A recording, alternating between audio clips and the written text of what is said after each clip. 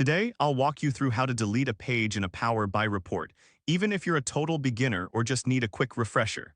By the end of this guide, you'll know exactly how to remove unwanted pages so you can keep your reports organized and focused. First, let's get started by opening your Power BI dashboard. This is where all your reports and visualizations come to life. Don't worry if your dashboard looks slightly different, the core functions remain the same. Now, take a look at the page tabs located at the bottom of the screen. These tabs represent each page of your report, much like tabs in a binder that help you navigate through different sections. To delete a page, simply find the tab of the page you wish to remove. Once you've identified it, right-click on the tab, a menu will appear and you will see the option to delete. Click on that option and when the confirmation prompt appears, click Delete. This step is crucial as it ensures you really want to remove that page.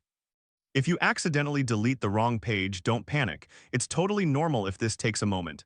You can easily press the undo button to restore it. This feature acts like a safety net, allowing you to recover from mistakes quickly.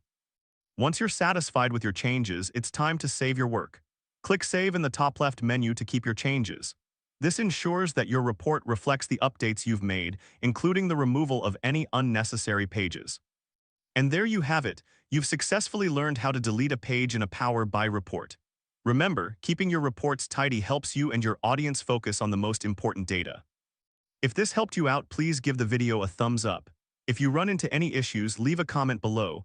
Subscribe for more actionable guides. Thanks for watching.